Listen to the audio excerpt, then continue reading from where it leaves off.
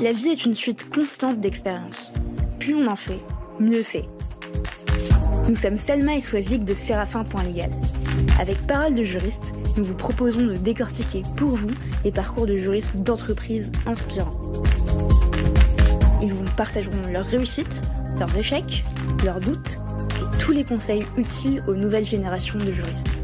Notre objectif, vous mettre à disposition toutes les recettes pour progresser dans votre carrière de manière concrète. Bonne écoute!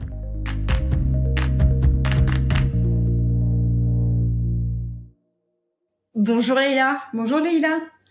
Bonjour à vous. Comment ça va? Ça va très bien et vous-même? Écoute, nous ça va très bien avec Swazik. Ça va bien. Toujours très contente de recevoir de nouvelles personnes sur ce podcast. Et surtout moi, aujourd'hui, pour deux belles raisons. Premièrement, il y a deux choses qui me relient à toi finalement. Le Maroc, donc c'est le pays où je suis née, où j'ai grandi et où tu travailles actuellement.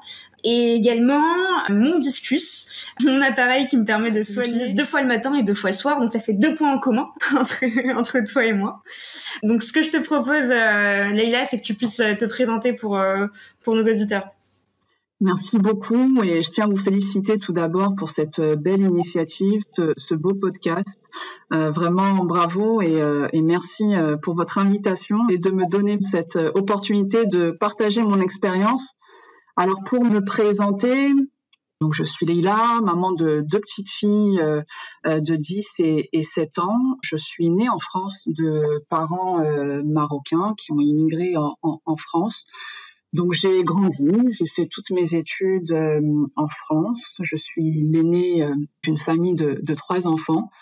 Un parcours de droit classique, des études de droit à l'université Paris 2 Assas, suivi d'un DEA en droit des affaires avec le CRFPA en poche. Plus jeune, j'étais pas forcément orientée vers l'avocature. En démarrant mes études de droit, j'avais plus en tête d'embrasser la magistrature et de devenir juge pour enfants. Et au fur et à mesure de mes études, j'ai découvert cette passion pour le droit des affaires qui m'a menée là où je suis actuellement, mais je pense qu'on en parlera un peu plus dans le détail. Je suis aussi engagée au sein de la société civile au Maroc avec la création de l'association des juristes d'entreprise, le Cercle marocain des directions juridiques créé en 2017 avec d'autres confrères juristes qui opèrent dans des entreprises ici au Maroc, et également fondatrice d'un réseau féminin, Linin Morocco Chapter, qui a pour ambition de promouvoir le leadership des femmes au Maroc.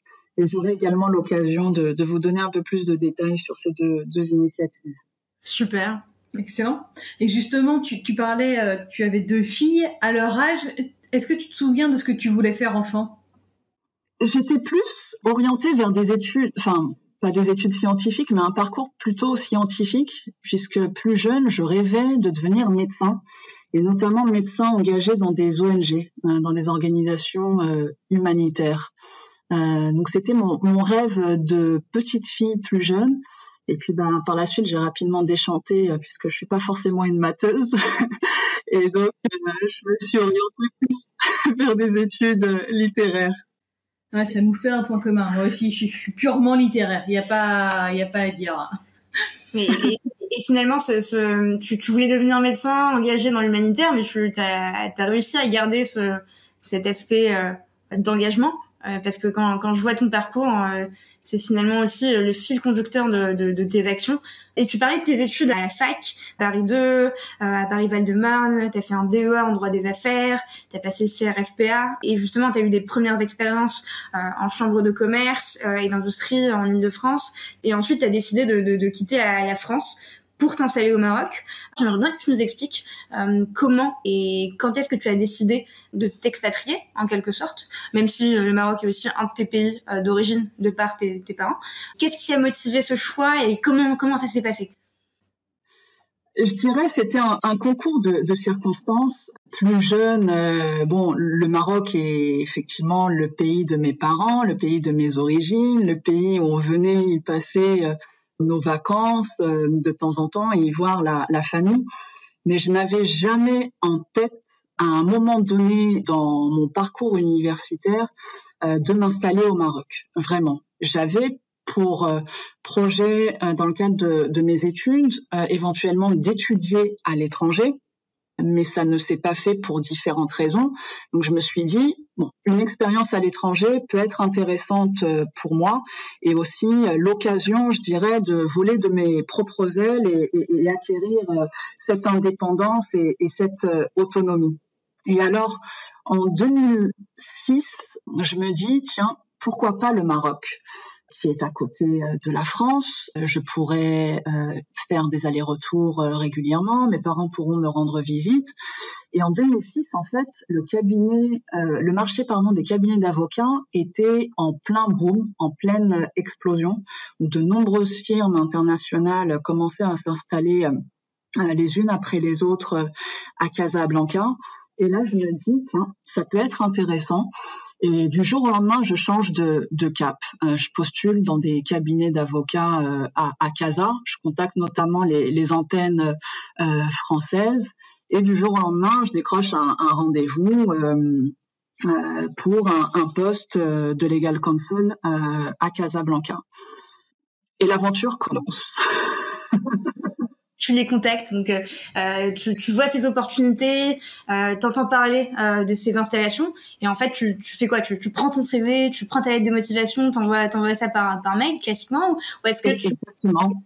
J'ai fait effectivement mes petites recherches, voir un petit peu les cabinets étrangers installés au Maroc, et puis voilà, ça a été des échanges d'emails, des candidatures spontanées.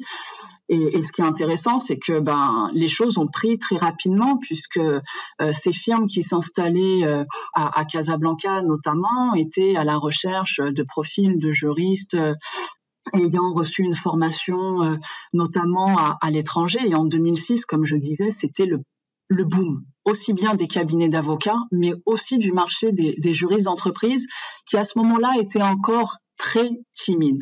Donc je me dis, why not ? Expérience à l'étranger et dans le pays de mes origines, je me dis, ça peut être une super belle opportunité, sachant que mes parents, qui sont eux originaires du Maroc, ne m'ont pas encouragée au début à venir m'installer au Maroc. Eux, ils ont fait le choix dans l'autre sens, c'est-à-dire qu'ils ont quitté le Maroc pour venir s'installer en France dans les années 70. Donc, ils ne m'ont pas forcément encouragée au début. Et puis, quand j'ai démarré dans le cabinet d'avocats international, ils ont vu effectivement que des opportunités intéressantes qui pouvaient se présenter au Maroc, avec aussi un environnement qui était rassurant et qui leur ont donné confiance. Enfin, j'avais jamais quitté moi la maison jusqu'à l'âge de 25 ans. J'ai toujours été chez mes parents, donc il y avait toujours au niveau de mes parents cette appréhension de laisser leur enfant partir et l'aîné de la famille dans un pays finalement que eux ils ont quitté, même si malgré tout ils y sont toujours attachés, bien évidemment, avec la famille, ils y viennent régulièrement, mais c'est pas ce qu'ils avaient forcément imaginé au début pour leur enfant. Enfin, le retour au Maroc n'était aussi bien dans leur esprit que dans le mien quelque chose à ce moment-là qui était juste qui pouvait être perçu comme de la folie. Et c'est d'oser en fait, oser envoyer des candidatures, oser partir, même si il y a pas nécessairement des réticences, mais en tout cas pas d'encouragement franc, et pour poursuivre ce qu'on a envie de faire. Tout à fait, et c'est un excellent point, Soazic, que tu mentionnes, c'est c'est-à-dire que rien ne me prédestinait à m'installer au Maroc, mais j'ai fait le choix en connaissance de cause, bien évidemment, puisque pour moi, j'intégrais une structure avec une bonne réputation. Je savais que j'allais pouvoir me faire les dents dans cette structure, et dans mon esprit, c'était pour une période limitée. C'était 1 an, 2 ans, le temps d'acquérir cette expérience, et puis par la suite, rentrer en France ou partir pour une autre expérience à l'étranger. Mais au moment où j'ai quitté la France pour m'installer au Maroc, avec ma petite valise où mon père m'avait accompagnée pour rechercher mon appart et tout, mais quand j'ai quitté la France, c'était pour 1 année, 2 ans, grand max au Maroc. Et aujourd'hui, maintenant, ça fait je compte même plus les années, ça fait plus de 13 ans, 14 ans, maintenant que je suis installée au Maroc. Et on sait toujours quand on meurt, on sait jamais quand ça va finir. Exactement. Justement, tu disais, voilà, t'as eu 3 ans d'expérience, t'es passé en cabinet d'avocat et au final, tu accèdes quand même très jeune au poste de directrice juridique chez Renault Maroc. Et je suppose que on t'a confié des responsabilités importantes alors que tu étais finalement très jeune. Est-ce que tu pourrais nous raconter comment tu as accédé à ce poste et puis en interne ou en externe, est-ce qu'on a douté de tes capacités à occuper cette fonction, que ce soit en termes de positionnement, de compétences, je sais pas. Vas-y, dis-nous en plus. Alors, avec plaisir. Je voudrais juste revenir sur mon expérience cabinet d'avocat où j'y ai passé 2 ans. Une expérience très riche et formatrice, c'est-à-dire que on est jeté dans le bain et ça a été une expérience juste exceptionnelle puisque j'ai vraiment touché à tout. Je me suis familiarisée avec le droit marocain, même si celui-ci s'inspire fortement du droit français, touché à différentes matières. Donc vraiment une expérience juste fabuleuse, intense, fatigante, mais ces 2 ans sont l'équivalent peut-être de 5-6 ans d'années professionnelles en entreprise. Tu parles des horaires quand tu dis que c'était intense ? Alors des horaires, mais aussi la charge de travail. Mes 2 ans passés dans cette structure, finalement, je n'ai fait que travailler. Je n'ai rien vu du Maroc, ou du moins très peu. Mais j'avais un objectif qui était clair dans ma tête. Je suis venue au Maroc dans le cadre de cette expérience pour vraiment apprendre et évoluer. Et alors, je voudrais juste venir sur les choix qui m'ont poussée aussi à quitter le monde des cabinets d'avocats pour l'entreprise. Après quelques années passées dans ce monde, en fait, je me suis rendu compte qu'il y avait quelque chose qui me manquait. C'était l'approche business et la connaissance du business des clients que l'on peut conseiller quand on est dans une structure cabinet d'avocats. En n'ayant pas cette connaissance 360 du business de nos clients, voilà, on va délivrer un conseil juridique, on va délivrer une consultation juridique sans forcément savoir si le conseil juridique que l'on va prodiguer va pouvoir servir les intérêts de son client et va pouvoir l'aider finalement à concrétiser ses ambitions, ses objectifs, etc. Donc en quittant le monde des cabinets d'avocats, j'étais à la recherche de plus de transversalité dans le sens où moi je suis quelqu'un pour qui les relations humaines sont très importantes et j'ai besoin d'apprendre, de me nourrir des expériences de différents profils et on est assez isolé, enfin du moins c'est mon retour d'expérience, ça n'engage que moi, assez isolé dans le monde des cabinets d'avocats. Et finalement, les interactions humaines, je trouve, selon moi, qu'elles sont limitées. En entreprise, j'avais besoin vraiment de me frotter à des personnes de profils différents, mais surtout de baigner au cœur du business et de comprendre davantage le business d'une entreprise dans une industrie spécifique. C'est-à-dire que il n'y a pas effectivement que le métier d'avocat ou le métier de magistrat. Et aujourd'hui, on le voit, le monde du droit bouge de manière incroyable. De nouveaux métiers naissent tous les jours avec la digitalisation, avec l'intelligence artificielle.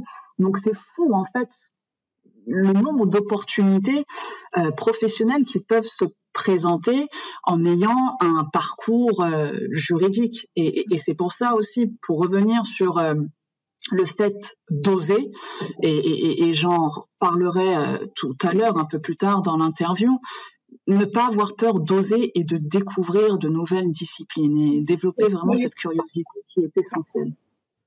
Alors du coup, comment je suis arrivée chez Renault ? Oui. Le cabinet d'avocats dans lequel je travaillais était le conseil juridique en fait de Renault à ce moment-là, et Renault était à la recherche d'un juriste d'entreprise. Donc les choses se sont vraiment faites naturellement, où Renault m'a approchée, et ça tombait très bien puisque moi je voulais prolonger l'expérience au Maroc, mais dans une multinationale. Et donc l'opportunité de Renault est arrivée vraiment au bon moment. C'était jackpot pour moi, multinationale, et rester au Maroc encore quelques années, le temps de me faire mes armes. Est-ce que on a douté de moi en interne ou en externe ? Non, à aucun moment. Ces personnes sont venues me chercher, m'ont fait passer les différents entretiens. J'ai eu aussi un certain nombre d'entretiens avec la direction juridique de Paris, puisque la direction juridique de Renault à Paris avait le contrôle et du moins l'appréciation, la libre appréciation du choix du profil qu'ils souhaitaient recruter. Donc pas mal d'entretiens à Paris, pas mal d'entretiens au sein de l'équipe locale, et c'était une création de poste. Il n'y avait pas de direction juridique en 2008 au moment où j'ai intégré Renault. Donc le challenge, c'était d'internaliser cette direction juridique à mon arrivée chez Renault. Donc non, les gens n'ont pas douté de mes compétences à aucun moment, et ça m'a aussi énormément aidée. J'ai toujours évolué, je dirais, dans un environnement plutôt bienveillant et au milieu de personnes toujours beaucoup plus seniors que moi, qui m'ont toujours accompagnée et aidée à grandir. Et dans un environnement que je ne connais pas. Et alors rappelez-vous, mes parents ne m'avaient absolument pas encouragée pour m'installer au Maroc. Et au fur et à mesure des années, ils se sont dit, la petite a l'air de plutôt bien se débrouiller. Donc, elle a fait son trou et ça se passe bien. Mais en revanche, le point sur lequel je souhaite insister et qui peut vous intéresser et intéresser aussi vos auditeurs et vos auditrices, c'est que les gens m'ont fait confiance, n'ont jamais douté de moi, à aucun moment. Mais moi, j'ai beaucoup douté de moi à ce moment-là. Je me dis, mais hyper jeune, c'est quand même un sacré challenge. Est-ce que tu vas pouvoir être à la hauteur ? Est-ce que tu es légitime ? Est-ce que tu as toutes les compétences pour pouvoir réussir dans ce job ? Et donc finalement, les freins sont plus venus de chez moi, mes doutes, mes croyances limitantes dont je parle assez souvent et qui m'ont, moi, freiné au début alors qu'elles n'avaient pas lieu d'être, parce que ces personnes-là m'ont choisi. Si elles se sont rapprochées de moi, c'est que voilà, elles me faisaient confiance et qu'elles me laissaient aussi tout le loisir de grandir en même temps que cette direction juridique. Donc, t'as ressenti le syndrome de l'imposteur ? Oui, carrément. Et syndrome de l'imposteur, le syndrome de la bonne élève, sont des syndromes finalement qui sont assez universels chez les femmes d'une manière générale, où plutôt bonne élève à l'école, à l'université, très perfectionniste, et on traîne avec nous en fait ces parasites, ces virus mentaux, du moins au début de notre carrière. Après, on apprend sur le tas et on apprend à développer ses propres armes. Mais ces syndromes m'ont fait du mal au début, puisque constamment à devoir me justifier, constamment à devoir chercher cette légitimité et crédibilité, alors qu'elle était là, cette légitimité et crédibilité aux yeux des autres, mais c'était moi qui me sentais pas à la hauteur, pas légitime, alors que mon environnement, que ce soit mon environnement personnel et professionnel, reflétait une toute autre image de moi. Et ça, c'est intéressant. Et pour ces jeunes femmes qui débutent, et d'ailleurs dans mes activités extra-professionnelles, ce sont les messages que je porte haut et fort, c'est faire tomber ces croyances limitantes que l'on peut avoir, et ces croyances limitantes résulte, parfois de l'éducation que nous avons pu recevoir, de l'environnement dans lequel nous avons grandi, du fait aussi que filles, garçons, nous ne sommes pas éduqués de la même manière. Les filles, vont être plus encouragées à rester dans des environnements cloisonnés, pas encouragées à prendre la parole, pas encouragées à exprimer leurs opinions sous peine d'être perçues d'une jeune femme autoritaire ou hautaine, bref, faire tomber ces croyances limitantes. Et avec le recul et avec l'expérience, je me dis, mais Leïla, en fait, toutes ces pensées limitantes, elles n'avaient pas lieu d'être. Tu étais à ta place, tu as toutes les compétences, ton expertise est reconnue, tes qualités humaines sont reconnues. Donc, pourquoi te casser la tête? Pourquoi ruminer sans cesse? Et ça a été très, très formateur. Bon, après, bien évidemment, on a appris sur le tas et développé de nouvelles armes pour vaincre tous ces syndromes qui n'ont plus lieu d'être aujourd'hui. Mais ce sont des choses que l'on développe sur le tas, en se frottant, en découvrant, en osant sortir de sa zone de confort, en se connectant avec de nouvelles personnes, etc., etc. Et à quel moment chez Renault, quand tu occupais ce poste, tu t'es dit mais en fait toutes ces croyances que j'ai ne valent absolument rien, et à quel moment tu as réussi à dépasser ces croyances limitantes? Est-ce que tu as fait un travail sur toi-même? Est-ce que tu as échangé avec beaucoup de personnes, ou est-ce que c'est la reconnaissance de ton entourage professionnel et personnel qui t'a permis de dépasser ça? En fait, je me suis rendu compte, donc quand j'ai rejoint Renault, au début, j'ai démarré en tant que responsable juridique pour les affaires juridiques de la filiale commerciale, à gérer toute l'activité de nos concessionnaires, de nos concessions, etc. Et en fait, très tôt, je me suis rendu compte que ces croyances limitantes n'avaient pas lieu d'être, parce que très tôt, j'ai été exposée à des personnes beaucoup plus âgées que moi, à me retrouver dans des réunions de négociation sur des sujets assez touchy, assez complexes, avec des enjeux business énormes, à me frotter à des personnes avec, comme je disais, plus de seniorité, à gérer très tôt des conseils d'administration avec des actionnaires minoritaires à gérer, avec des personnes aux cheveux blancs qui ont roulé leur boss depuis plusieurs années. Et là, je me suis dit, mais les gars, quand même, certes, tu es jeune, mais tu arrives parfaitement à naviguer entre ces différentes personnalités de seniorité différentes et sur des sujets complexes. Et ensuite, quand on voit l'aboutissement de son travail, de ses efforts sur la réalisation, la concrétisation de projets, la clôture de deals, des négociations réussies dans le cadre de contrats, de gros contrats, etc., je prends conscience que ça ne sert absolument à rien de se poser des tas de questions qui vont juste te ronger de l'intérieur. Mais surtout, ce n'est pas une habitude qui est ancrée, encore une fois, au sein de la communauté féminine. Exemple, on boucle un super dossier, un gros client, je parle des confrères avocates, un gros client qu'elle décroche, ou en interne, en tant que juriste d'entreprise, voilà, un contentieux qu'on a remporté. Bref, on n'a pas cette culture de l'autopromotion, cette culture de se mettre en avant et de s'auto-féliciter, parce que, mine de rien, c'est un travail mince, ce sont des efforts, et en fait, ça nous semble finalement normal. Leïla, t'as juste fait ton travail. C'est normal que ce dossier, tu l'aies bouclé et que les choses se soient bien passées. Et on fait pas de bruit.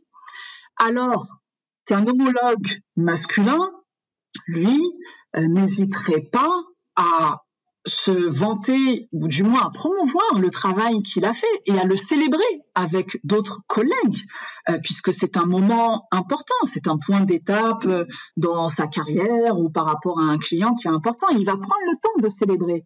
Alors que les femmes, généralement, non, elles vont se tuer à la tâche. C'est le syndrome de la perfection, le syndrome de la bonne élève dont je parlais tout à l'heure, et qui vont traîner. Ce sont vraiment des boulets que l'on va traîner dans notre carrière professionnelle, du moins quand on n'en prend pas conscience. Et finalement, on ne prend pas plaisir ou on n'apprécie pas la progression qu'on a pu faire ou célébrer de belles réalisations en pensant que naturellement c'est normal de travailler dur, de rester jusqu'à pas d'heure au bureau. Il y a certainement quelqu'un qui vantera notre bon travail, nos belles réalisations, alors que ce n'est pas le cas du tout.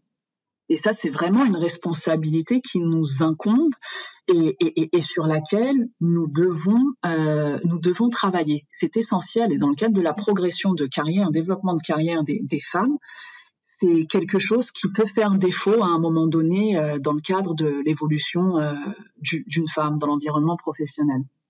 Ouais, effectivement, je pense qu'on a souvent parlé avec Selma dans ce podcast de la valorisation et de la mise en avant de la fonction juridique, mais je pense qu'il y a peut-être effectivement aussi un double travail lorsqu'on est une femme, parce que oui, effectivement, on pense que c'est normal, on a juste fait notre travail, mais ça vaudrait le coup de dire non, là, on a fait du bon boulot, on a le droit de le dire. Et ce travail-là, tu le fais avec tes équipes, Leïla? Enfin, tu l'as fait chez Renault, est-ce que tu le fais actuellement chez GSK? Je le fais chez GSK naturellement avec mon équipe et je suis manager, j'ai une équipe de 7 personnes et principalement des femmes. Et c'est vrai que moi, ce sont des sujets que je porte au quotidien. Donc finalement, dans mon environnement professionnel aussi, j'encourage vraiment mes collaboratrices et aussi d'autres collègues à se mettre en avant, à se promouvoir, à ne pas attendre à ce que leur travail soit mis en avant par d'autres personnes. Mettre en avant aussi qu'il est important d'avoir, pourquoi pas, des mentors, des sponsors, pour que certaines personnes puissent parler de votre travail, de son travail, et ça c'est fondamental. Donc oui, ce sont des choses que je porte et sur lesquelles je sensibilise au quotidien mes collaboratrices et aussi d'autres jeunes étudiantes que je vais mentorer en dehors de mes activités professionnelles ou dans le cadre de mes activités associatives. Parce que finalement, je me rends compte que ces femmes brillantes, talentueuses et qui travaillent énormément peuvent passer à côté de plein d'opportunités parce qu'elles sont juste pas visibles, elles sont invisibles. C'est bien beau de faire du bon travail, mais aujourd'hui, ce n'est pas suffisant. Le bon travail doit être couplé d'autres choses, dont l'activité d'autopromotion, de valorisation, le networking aussi. Sans réseau, il est difficile de progresser aussi tout au long de sa carrière professionnelle. Donc, c'est vraiment faire tomber le mythe que seul on pourra y arriver et que en travaillant dur, je vais pouvoir évoluer. Donc il y a un changement de paradigme auquel nous, femmes, mais aussi les hommes, devons contribuer si on souhaite que les femmes prennent plus de place dans la sphère professionnelle, qu'elles accèdent davantage à de postes de leader, à responsabilité, qu'on voit plus de femmes à la tête d'institutions. Ce sont toutes ces choses-là qui vont faire pour moi la différence. Mais encore faut-il que les femmes en prennent conscience. Et ça, c'est important. Tout à fait. Et donc, en 2015, tu as rejoint GSK, où tu as commencé par occuper des fonctions strictement juridiques. Aujourd'hui, depuis l'été dernier, tu y occupes le poste de directrice éthique et conformité. Est-ce que tu pourrais nous parler de tes missions ? Oui, alors après un passage de presque 6 ans chez Renault, une expérience juste fabuleuse où j'ai eu carte blanche pour monter la direction juridique pour le groupe Renault au Maroc, qui est l'un des plus gros employeurs ici au Maroc. Fin 2014, courant 2014, j'avais envie de nouveaux challenges. J'avais atteint ce plafond de verre, je dirais, du moins au Maroc, pour évoluer dans mon domaine d'activité. J'avais atteint le top de ce que je pouvais faire chez Renault. Et donc, j'étais à la recherche de nouveaux challenges. Et effectivement, en 2015, je rejoins GSK, dans un premier temps en tant que directrice juridique pour une région, ce qui m'a poussée aussi à quitter Renault pour GSK, c'était déjà la découverte d'une nouvelle industrie, évoluer dans un environnement un peu plus international, puisque quand j'ai rejoint GSK, j'ai assuré la direction juridique pour 3 pays, puis mon périmètre géographique s'est étendu très très rapidement. Et après presque 5 ans en tant que directeur juridique de la région Afrique du Nord, une opportunité s'est présentée, donc directrice éthique et conformité pour une région beaucoup plus importante qui recouvre plus de 70 pays à travers différents continents. Et j'ai fait le choix de sortir, je dirais, du juridique pour aller dans la compliance, puisque pour moi, juridique et compliance sont aujourd'hui une très belle combinaison. Qui dit compliance dit un moment juridique, donc ce sont 2 domaines qui sont connectés. Et dans l'organisation dans laquelle j'évolue aujourd'hui, ce sont 2 directions complètement indépendantes et qui se retrouvent au cœur du business.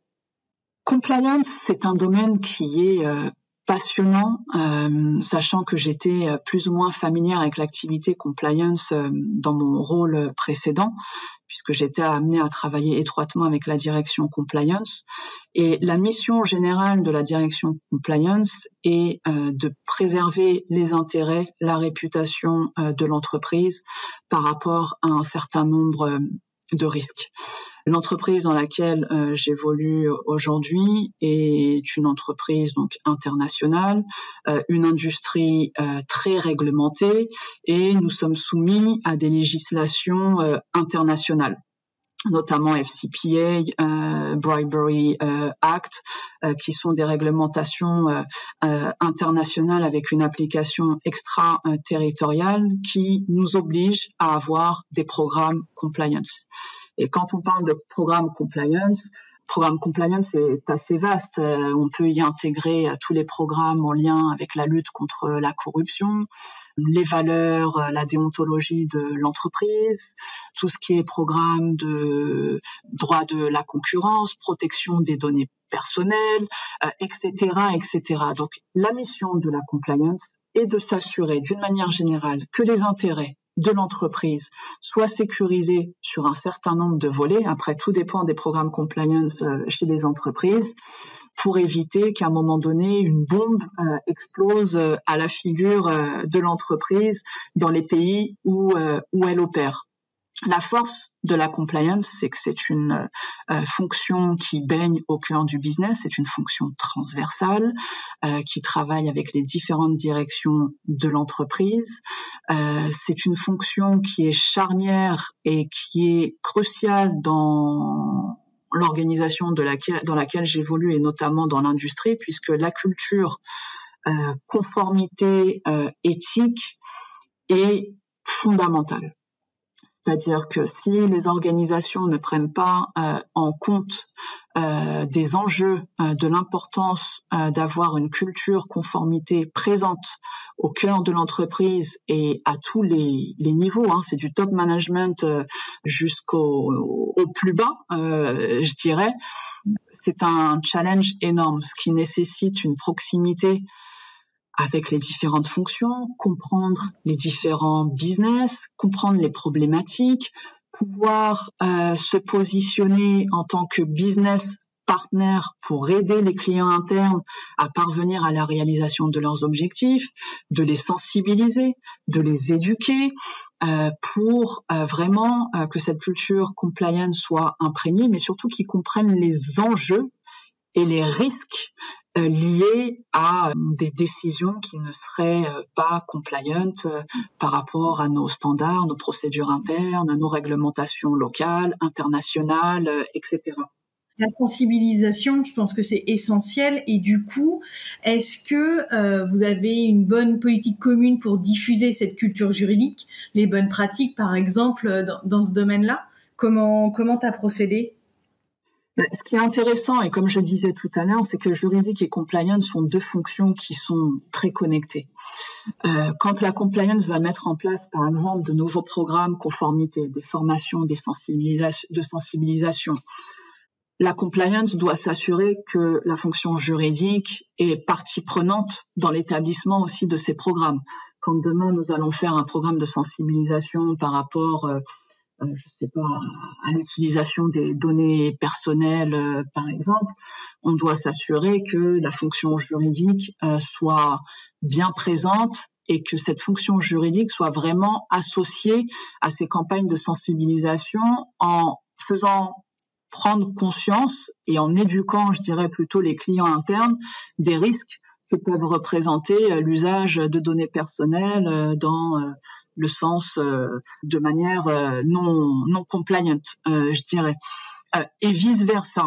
Vraiment, l'apport, que ce soit du juridique dans la compliance ou de la compliance dans le juridique, pour moi, est essentiel parce que les deux fonctions s'apportent mutuellement et qui dit risque compliance à un moment donné va dire risque juridique.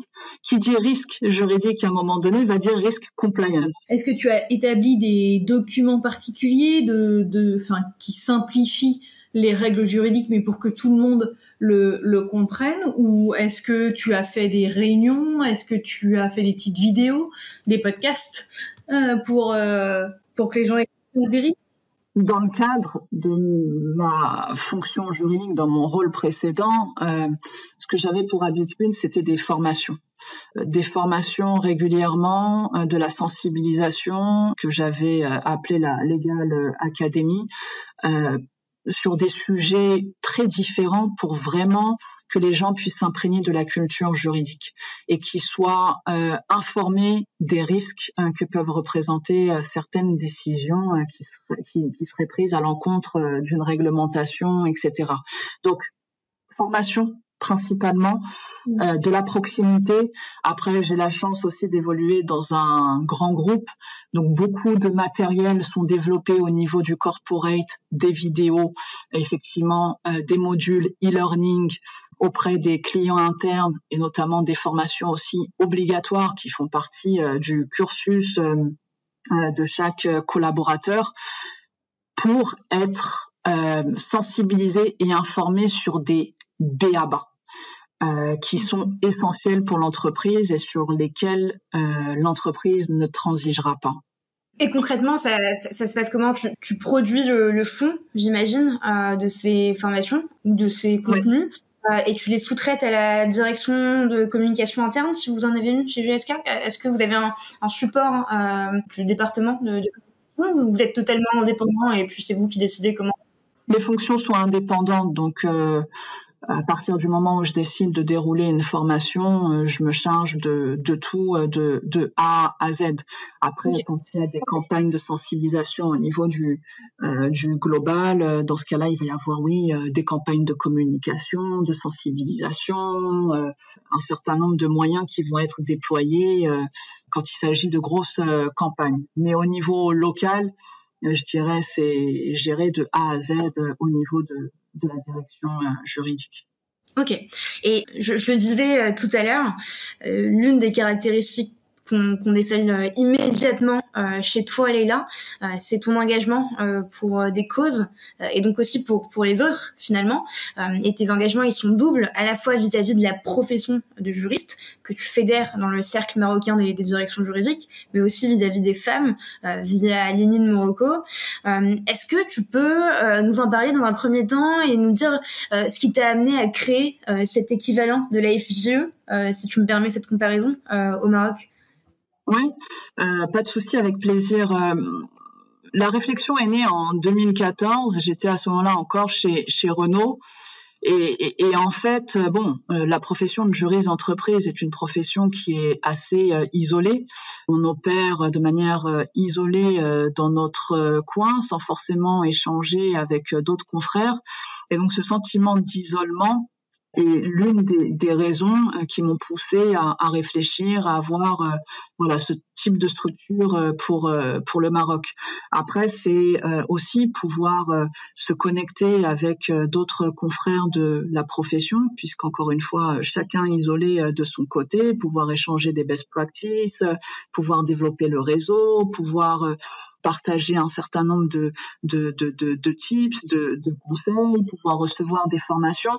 Et puis les différents challenges auxquels fait face la profession juridique en termes de digitalisation, recrutement, positionnement, etc. Donc toutes ces raisons m'ont poussé à la réflexion et en 2016, la création du CMDJ, donc le Cercle marocain des directions juridiques, est surtout le fruit de la rencontre avec d'autres personnes, des confrères, juristes aussi d'autres entreprises, qui partageaient les mêmes réflexions.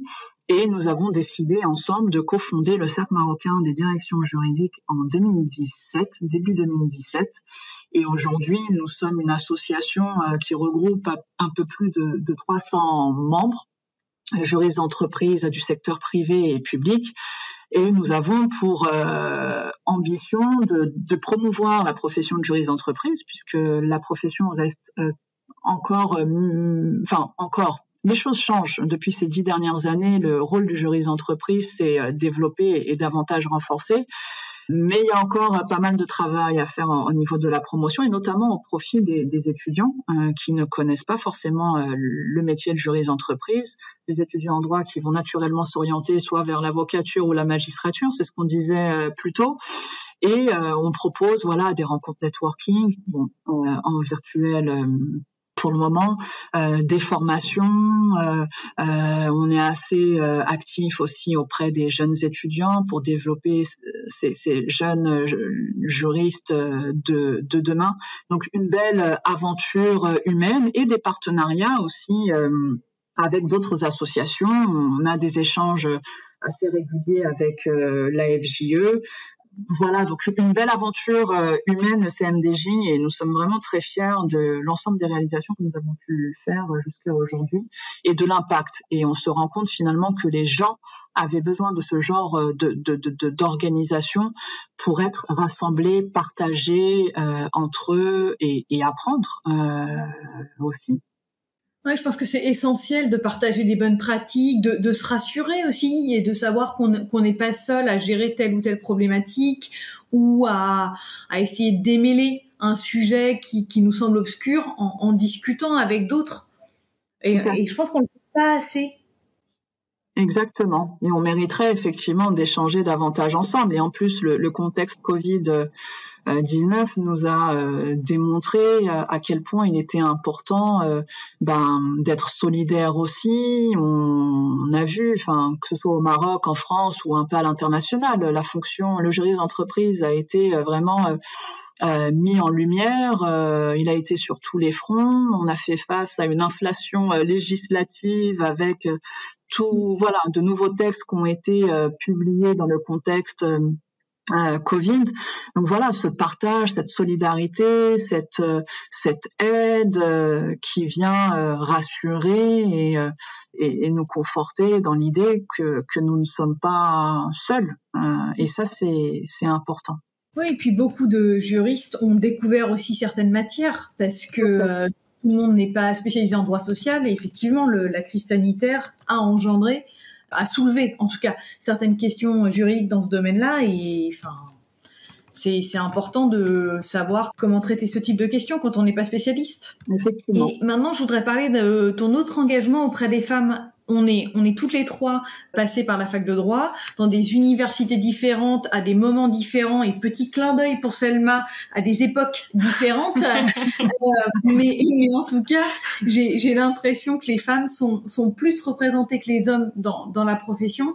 Est-ce que pour toi, cette représentativité reste la même pour les postes à responsabilité ? Je suis d'accord avec le constat que vous faites. Effectivement, les femmes dans le monde du droit d'une manière générale sont plutôt bien représentées. Mais après, cette représentation, effectivement, peut être remise en question dès lors que l'on va parler, effectivement, de postes de direction, de postes de leadership. Mais là, je ne parle pas que du secteur juridique, c'est-à-dire que quand on est juriste, généralement, les personnes vont viser un poste de directeur, directrice juridique d'une organisation sans forcément voir ou explorer les autres opportunités qui pourraient se présenter aux femmes en dehors de la direction juridique. C'est-à-dire que voilà, une personne qui va tout faire pour atteindre ce poste pourrait y arriver. Mais quand on parle de représentation de femmes à la tête d'entreprise ou dans des fonctions business, là, ça va être un peu plus compliqué. Vous dire en tant que DG ou dans le COMEX, des choses. Et on entend souvent, c'est une femme qui est mise à la tête d'un poste à responsabilité, c'est de la discrimination positive. Oui, effectivement. Et ça, c'est juste ahurissant d'entendre ce genre de commentaires aujourd'hui. C'est-à-dire que les femmes qui endossent des postes de leader, de DG, qui se retrouvent dans des postes d'administrateurs, dans des COMEX, etc., ça doit devenir une normalité. Et pour que ça devienne une normalité, hommes et femmes doivent contribuer à ce changement. Quand on voit une femme à la tête d'une institution, on doit juste s'en réjouir et s'abstenir de faire tout commentaire. Elle y est parvenue par la force de son travail, par son réseau, etc. Et point. Et ça s'arrête. Il n'y a pas lieu de débattre. Et plus en fait on changera les perceptions et les biais finalement, qu'ils soient conscients ou inconscients, et ils existent aussi bien au sein de la communauté féminine que masculine, c'est comme ça qu'on arrivera à faire changer la donne et à contribuer à ce changement de paradigme dont je parlais tout à l'heure. Donc si on souhaite que les femmes prennent plus de place dans des postes à direction, etc., il y a déjà un changement de mentalité à opérer et on doit pouvoir encourager ce changement. Et c'est hommes et femmes. Il ne faut pas que les femmes ont toute leur place. De prendre plus de responsabilités, des positions de leader, en respectant leur propre style de leadership, en respectant leur propre personne. Elles n'ont pas besoin d'imiter X ou Y pour réussir. Les femmes ont leur propre style et ce style-là, à elles de l'imposer, je dirais naturellement. On n'est pas dans un rapport de force. Mais encore faut-il, et là je reviens à ce que je disais tout à l'heure, les croyances limitantes. C'est-à-dire que quand bien même les organisations auraient des politiques de quotas, auraient des programmes d'inclusion, de diversité développés, etc., encore faut-il que les femmes prennent conscience de leur puissance, de leur potentiel, et qu'elles fassent tomber leurs croyances limitantes. Parce que tant que les femmes ne prendront pas conscience de ça, et malgré toutes les actions positives qui existeraient pour développer les femmes et les faire accéder à des postes de leader, si les femmes ont toujours ces croyances, ce sera compliqué de prendre cet espace. Et ça, c'est un gros travail. Effectivement, c'est un gros travail et encore une fois, ce qui est génial avec toi, Leïla, c'est que au-delà de simples paroles et de simples réflexions, c'est aussi, tu transmets ça aussi d'un point de vue pratique. Et donc, on peut inviter les personnes qui nous écoutent à aller écouter ton deuxième épisode, il me semble, sur ton podcast, Les Inspiratrices. Et il y a un petit exercice à faire à la fin, avec votre carnet de notes ou avec votre ordinateur, si vous préférez. Et soit à partager avec Leïla sur une de ses publications LinkedIn si vous en avez envie, ou le garder pour vous. Chacun est libre de faire ce qu'il veut. En tout cas, je mettrai tous les liens en description d'épisode pour que les gens puissent justement y accéder. Excellent. Oui, le podcast, juste vous m'autorisez à en dire quelques mots. C'est une nouvelle initiative que je lance, une initiative qui est personnelle et qui vient conforter et renforcer mon engagement au profit de cette cause qui me tient à cœur et pour laquelle je suis investie depuis plusieurs années, qui est la mixité et l'égalité professionnelle. Et encore une fois, c'est cette volonté de sensibiliser, de partager et vraiment de faire prendre conscience aux femmes qu'elles peuvent réussir, peu importe l'environnement culturel, l'environnement social d'où elles viennent, peu importe leur parcours, chacune de nous est unique, a ses forces, a ses faiblesses également, mais que les femmes ont toutes les ressources intérieures pour parvenir à la réalisation de leurs projets et de leurs rêves. Et plus tôt on véhiculera encore une fois ces messages, plus les jeunes femmes, les femmes seront sensibilisées, averties, et peut-être qu'on parviendra aussi à un monde plus égalitaire. Mais je pense vraiment que les femmes ont aussi un rôle à jouer, indépendamment de l'environnement extérieur. Prendre conscience de leurs forces, de leur potentiel et faire tomber toutes ces croyances limitantes qui viennent les parasiter. Donc oui, le podcast à écouter et à partager sans modération. On le partagera effectivement et Selma mettra les liens sous notre podcast. Moi, je l'écoute déjà. Je l'attends chaque semaine. J'attends le nouvel épisode toutes les 2 semaines, c'est ça? Donc, ne t'inquiète pas, j'en ferai la promotion. Il mérite qu'on en fasse.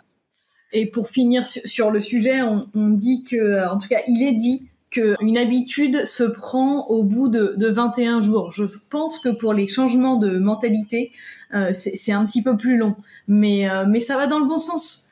Et justement, quels sont pour toi tes challenges, les objectifs que tu voudrais réaliser dans ce domaine ou d'autres, et qu'on pourrait souhaiter pour la suite de ta carrière? Ben déjà, le challenge, assez récent, c'est ma prise de poste qui remonte à début juillet, tout nouveau métier, avec le télétravail aussi qui a rajouté son lot de challenge, puisque une prise de poste que je gère complètement à distance, avec une équipe basée à travers les 4 coins du monde, enfin bref. Donc déjà que je puisse parvenir à réussir ce challenge, et après je dirais tout ce que j'entreprends aussi à côté, avec vraiment pour ambition de toucher le maximum de femmes à travers le podcast et aussi d'autres initiatives pour vraiment leur faire prendre conscience que tout est possible, qu'elles ont leur place et que c'est comme ça qu'on arrivera aussi à un monde plus égalitaire. Donc voilà, c'est ce que j'ai envie de transmettre, c'est ce que j'ai envie de transmettre à mes 2 petites filles aussi, et je pense que c'est l'affaire de tous. Il y a encore beaucoup de chemin à la veille du 8 mars, la journée internationale des droits des femmes. Voilà, chaque année on fait malgré tout le constat que nous sommes encore loin pour parvenir à l'égalité, et ce sont ces différentes actions que je mène tous les jours. Ce sont des petites gouttes qui, j'espère, contribueront un jour à plus de prise de conscience et à parvenir à plus de mixité et d'égalité professionnelle. Très clair, Leïla, merci beaucoup. Et dernière petite question, est-ce que tu pourrais nous donner des noms de rôles modèles que tu as ou que tu as eu et qui pourraient inspirer aussi d'autres personnes?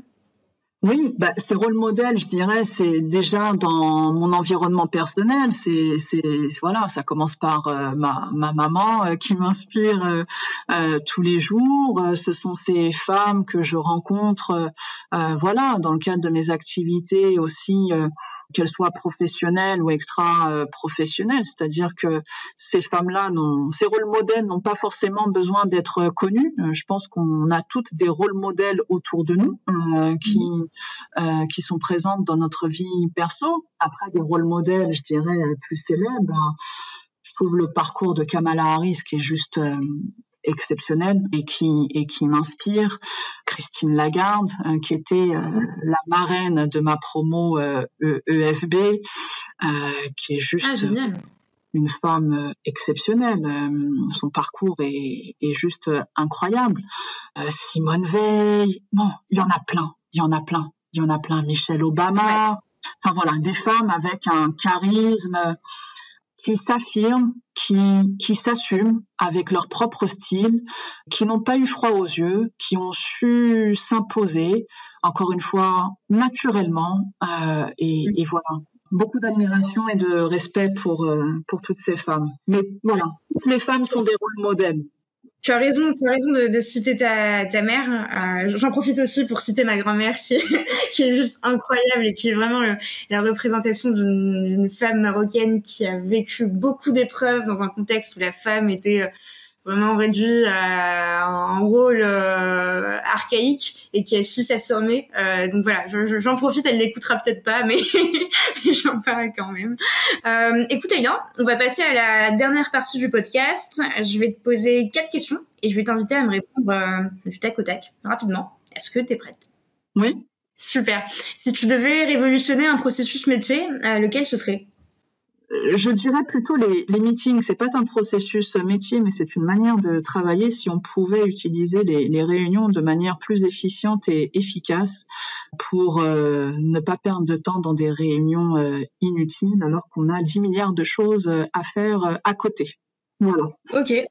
Très bonne remarque. Et puis il y a un exemple à suivre, peut-être dans une structure un peu moins grande que la tienne, mais je sais pas si tu connais l'assureur Alan qui promeut une culture de l'écrit au sein d'entreprise, et ils ont une culture d'entreprise assez forte. Je pense qu'on pourrait partager leurs bonnes pratiques sur le sujet.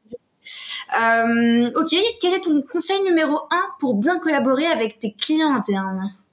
Je dirais l'écoute. On ne peut pas conseiller un client interne si on ne l'écoute pas et qu'on ne prenne pas le temps de comprendre ses besoins et son business. Donc, conseil numéro 1, l'écoute pour moi. Il y a un proverbe qui dit on a 2 oreilles et une bouche, c'est pour plus écouter que parler. Il y a aussi une citation de Goethe qui dit « Parler est un besoin, écouter est un talent ». Ah, ça c'est le moment citation de Swazik. Je passe de très bons moments avec Swazik. Elle a toujours une citation à nous partager. Troisième question, Leïla. Quels outils utilisez-vous au sein de la direction compliance? Est-ce que tu peux nous citer des noms ou des typologies d'outils? Alors, je ne vais pas m'attarder sur la typologie, mais on a beaucoup d'outils de reporting, beaucoup d'outils d'identification des risques, des outils aussi par rapport au suivi de nos audits. Mais on est plutôt bien équipé, je dirais, en termes d'outils au sein de la direction compliance. Et c'est des outils internes qui ont été faits en interne ou plutôt des outils internes qui ont été développés au niveau du corporate, qui nous permettent vraiment de gagner du temps sur un certain nombre d'activités, sur un certain nombre de process, d'avoir aussi une vue d'ensemble sur nos risques en fonction des marchés. Ce sont des outils qui sont très bien conçus pour nous permettre d'être efficients et efficaces. Et est-ce que ça permet aussi de mettre en valeur ta direction? Oui, tout à fait. Avec des indicateurs, avec des réalisations, des dashboards, ce qui permet effectivement de donner aussi une vue d'ensemble sur ces risques, comment ils sont gérés, contrôlés, où sont les points d'attention sur lesquels on doit se concentrer, etc. Effectivement. On a cette vue d'ensemble et qui est intéressante aussi pour le business de bien comprendre là où sont les risques et là où on doit être les plus vigilants. Super, merci Leïla pour ces précisions. Et puis dernière question, encore une fois ma préférée. Si tu devais donner un conseil aux nouvelles générations de juristes qui souhaitent progresser dans leur carrière, quel serait-il? C'est des conseils que j'ai plus ou moins partagés tout au long de notre interview. Sortir de sa zone de confort, ne pas avoir peur d'oser. Vraiment, moi, à travers mon expérience, voilà, et avec le recul, je me rends compte que c'est en sortant de ma zone de confort que j'ai énormément appris sur moi et que j'ai découvert aussi de nouvelles disciplines, de nouveaux domaines qui m'ont mené vers de nouveaux horizons. Donc vraiment, oser sortir de votre zone de confort et cultiver sa curiosité. C'est indispensable. Les choses vont tellement vite aujourd'hui qu'il est très important d'être connecté et de s'intéresser à ce qui se passe autour de soi. Très clair, merci Leïla. Merci pour ton temps, pour tous ces conseils. J'espère qu'on pourra peut-être se rencontrer au Maroc quand les frontières seront ouvertes et que j'aurai l'occasion de retourner. Parce que ça fait quand même 1 an que c'est un peu compliqué avec le Covid. En tout cas, je me ferai un plaisir de te solliciter si tu es disponible. Et puis avec toi, Hugo. Oui, moi je suis pour. Ouais. On fera un off-site Maroc avec toute l'équipe Séraphin. Tu nous feras des ateliers avec Céline. Vous êtes les bienvenus, avec grand plaisir. Merci beaucoup Leïla. Et puis on te dit à très bientôt. Et on te retrouve sur les podcasts les inspiratrices. Et oui, et dernière question, est-ce que tu as un canal que tu privilégies si on veut entrer en contact avec toi? J'aime beaucoup LinkedIn. Je suis plutôt active sur LinkedIn, qui est un excellent outil, pour se connecter avec de nouvelles personnes, pour voir un petit peu les actualités. Donc LinkedIn, est le bon canal pour me joindre et suivre les différentes actualités. Ok, super, bien noté. Encore une fois, merci Leïla. Merci Leïla. Et on te dit à bientôt. À très bientôt. Merci beaucoup et bon courage pour la suite. Merci Leïla. Merci. Merci d'avoir écouté cet épisode jusqu'au bout. N'hésitez surtout pas à le partager autour de vous, ou encore comme moi, à inciter vos collègues à s'abonner au podcast. Si l'épisode vous a plu, laissez-nous 5 étoiles ou un commentaire, ça nous fait toujours extrêmement plaisir de lire vos retours. Enfin, si vous souhaitez découvrir comment Séraphin Légal révolutionne le secteur du contract management grâce aux nouvelles technologies, rendez-vous sur seraphin.legal, section « Demandez une démo ». Merci encore et à très vite.